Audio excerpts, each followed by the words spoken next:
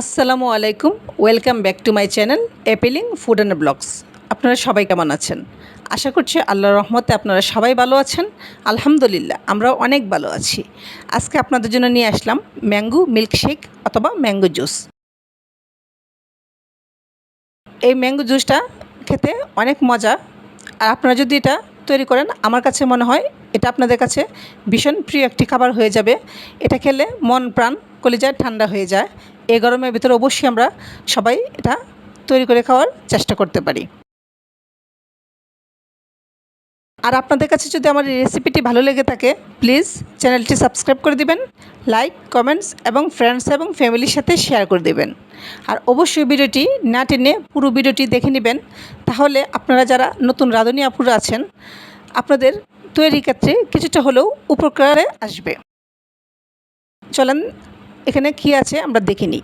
এখানে আমি গরুর লিকুইড দুধটাকে জাল করে আমি বরফ করে নিয়েছি। আর পাকা আমকে ছোটো ছোটো টুকরা করে কেটে নিয়েছি।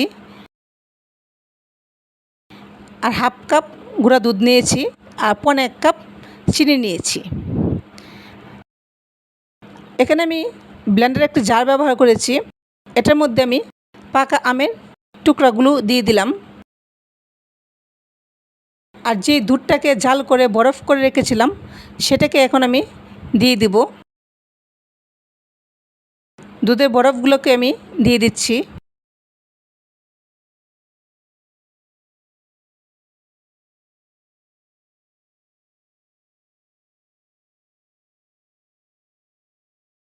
দুধের বরফগুলো দিয়ে দিলাম।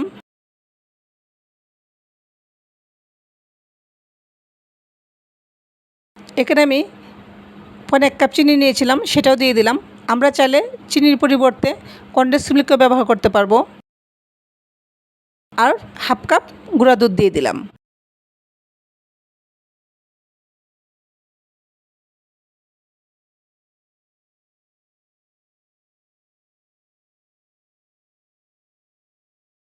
বাকি যে দুধটা ছিল বরফ গলে, সেই দুধটাও আমি দিয়ে দিলাম।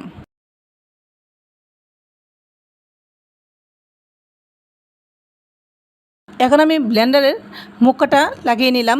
এটাকে এখন আমি ব্লেন্ড করে নিব। তার আগে দেখিয়ে দিচ্ছি, এখানে আমি রেড ফুড কালার নিয়েছি। এখান থেকে আমি 2 ফুটা রেড ফুড কালার এখানে আমি ব্যবহার করেছি। সেজন্য আমের কালারটা এখন পিঙ্কিশ হয়ে গেল। আমার এই পিঙ্কিশ কালারটা ভালো লাগে, তাই আমি এটার মধ্যে ব্যবহার করেছি। চাইলে আপনারা ব্যবহার করতে পারেন, না চাইলে আবার ব্যবহার নাও করতে পারেন। আমার ব্লেন্ডার হয়ে গিয়েছে। এখন আমি প্রতিটা গ্লাসেই ম্যাঙ্গো জুসটা দিয়ে দিব।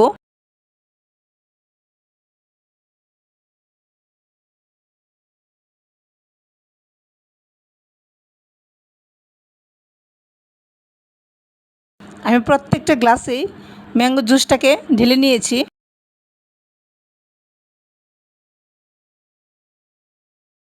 এখন প্রত্যেকটা গ্লাসে আমি 2টা করে বরফের টুকরা দিয়ে দিব।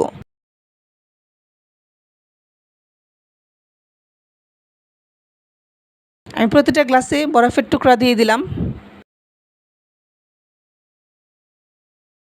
বরফের টুকরা দেওয়া হয়ে গিয়েছে। এখন আমি প্রত্যেকটা গ্লাসে ভ্যানিলা আইসক্রিম দিয়ে দিচ্ছি। এটা খেতে ভীষণ মজা। আইসক্রিম দেওয়ার জন্য এটা স্বাদ আরও দ্বিগুণ বেড়ে যাবে। তাই প্রতিটা গ্লাসে আমি ভ্যানিলা আইসক্রিম দিয়ে দিব।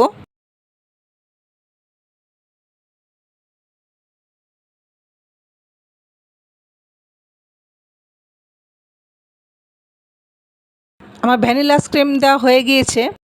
এখন আমি প্রত্যেকটা গ্লাসে ছোটো ছোটো আমের টুকরা করে রেখেছিলাম, সেটাও দিয়ে দিচ্ছি।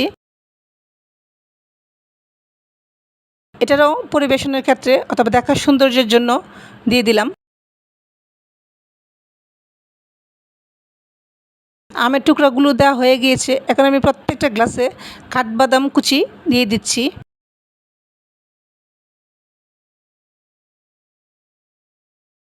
এটা খেতে ভীষণ মজা। বাদামগুলো যখন মুখে পড়বে, তখন এটার স্বাদ আরও বেড়ে যাবে। এখন আমি প্রতিটা গ্লাসে কাজু বাদাম কুচি দিয়ে দিব। এই ম্যাঙ্গো মিল্কশেকটা যখন খাবো তখন বাদাম কুচি, আইসক্রিম, আমের টুকরাগুলো সব মিলে এই ম্যাঙ্গো মিল্কশেক খেতে দ্বিগুণ স্বাদ বেড়ে যায়। আর এটা খেলে মন প্রাণ জুড়িয়ে যায়। আমি প্রত্যেকটা গ্লাসেই আমার কাজু বাদাম দেওয়া হয়ে গিয়েছে। এখন আপনাদের সামনে আমি পরিবেশন করে নিয়ে আসছি। মাশাআল্লাহ, দেখাই যাচ্ছে এটা কতটা ঠান্ডা। গ্লাসগুলো উপরে দেখলেই বোঝা যায় যে এটা ঠান্ডা, প্লাস এটা খেলে মন প্রাণ জুড়িয়ে যাবে। আমার মনে হয় আপনারা বাসায় অবশ্যই এটা ট্রাই করবেন। আর যদি আপনারা এটা ট্রাই করেন কেমন হয়েছে অবশ্যই তা আমাকে কমেন্ট করে জানিয়ে দিবেন। এটা অবশ্যই আপনার বাসায় ট্রাই করেন, কারণ খুব ভালো লাগবে এই রেসিপিটি। আর যদি আপনাদের কাছে এই রেসিপিটি ভালো লেগে থাকে প্লিজ চ্যানেলটি সাবস্ক্রাইব করে দিবেন, লাইক, কমেন্টস এবং ফ্রেন্ডস এবং ফ্যামিলির সাথে শেয়ার করে দিবেন। আর আপনারা যারা কষ্ট করে আমার এই ভিডিওটি দেখেছেন আপনাদের সবাইকে অসংখ্য অসংখ্য ধন্যবাদ। সবাই ভালো থাকবেন। আল্লাহ হাফেজ। আসসালামু আলাইকুম।